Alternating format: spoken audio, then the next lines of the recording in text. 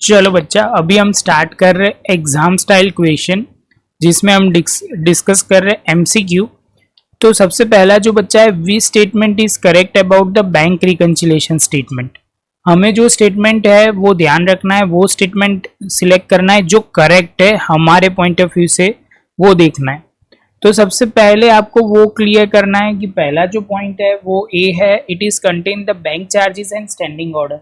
तो बच्चा आपको वो मैं बता दूं कि जो बच्चे ने एकदम प्रॉपर तरीके से पता हो कि बैंक चार्जेस, और आप बोलोगे sir bank charges and standing order जो होते हैं वो बैंक रिकंसिलिएशन स्टेटमेंट में नहीं होते, वो बैंक अकाउंट के पासबुक में होते हैं। तो आप बोलोगे सर वहाँ से हम रिकॉर्ड करते हैं, बैंक स्टेटमेंट में होते हैं, वहाँ से हम कैश बुक में, अपडेटेड कैश बुक में लिखते हैं। तो ये तो स्टेटमेंट सही नहीं है। It is a part of double entry book keeping. तो वो तो आपको पता है कि कभी भी bank reconciliation statement part of double entry book के सिस्टम नहीं है।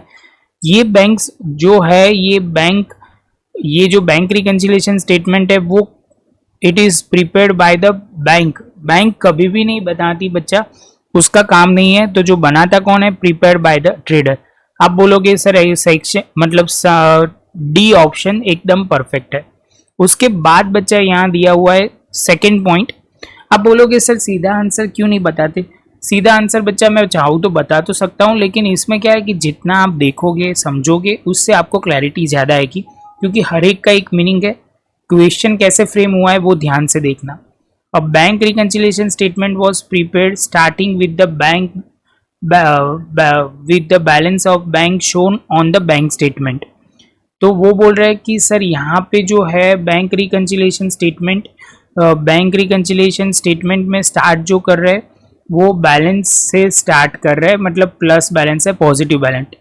Which would be the deducted, कौन सी आइटम यहाँ से डिडक्ट होगी? तो फर्स्ट, तो बच्चा पहला जो ऑप्शन है वो ध्यान से पहले समझते हैं। Bank error resulting in the account being actually incorrectly debited. तो डेबिट किया हुआ है। तो बच्चा आप बोलोगे सर सिंपली बात है, यहाँ पे जो आपको ध्यान में रखना है, डेबिट मतलब आप बोलोगे सर पहले उन्होंने बैलेंस में क्या किया होगा। तो आप बोलोगे सर जब भी वो डेबिट करते हैं तो उसका मतलब ये है कि एरर बैंक ने की है, तो हमारे बैलेंस में उन्होंने क्या किया होगा। तो आप बोलोगे सर वो डेबिट करे, इसका मतलब हमें वो समझना है हमारा क्रेडिट। तो हमारा क्रेडिट मतलब बैलेंस पहले कम किया होगा। तो आप बोलोगे सर अब क्या करेंगे, एरर को रेक्टिफाई करेंगे और उसको क्या कर देंगे, प्लस करना पड़ेगा। समझ में आ रहा है? पहले उन्होंने हमारे हिसाब से वो क्लियर कर लो, फिर से एक्सप्लेन कर रहा हूँ कि उन्होंने क्या किया, bank error resulting in the account being incorrectly debited, debit किया था। तो बच्चा आप बोलोगे सर बहुत सिंपल बात है, डेबिट किया था तो पहले उन्होंने क्या किया होगा, उनके हिसाब से डेबिट मतलब माइनस किया होगा। तो अब वो रेक्टिफाई करेंगे तो वो प्लस हो जाएगा। क्लियर है बच्चा? इसके बाद बच्चा आप बोलोगे सर कैश बुक की error resulting the bank balance being over stated. तो आप बोलोगे सर ये तो एरर जो है वो कौन सी एरर है, कैश बुक की एरर है, तो कैश बुक में ही सेट हो जाएगा। आपको पता है कि cheque not yet credited always bank reconciliation में प्लस में आता है, और चेक नॉट येट प्रेजेंटेड वो माइनस में आता है।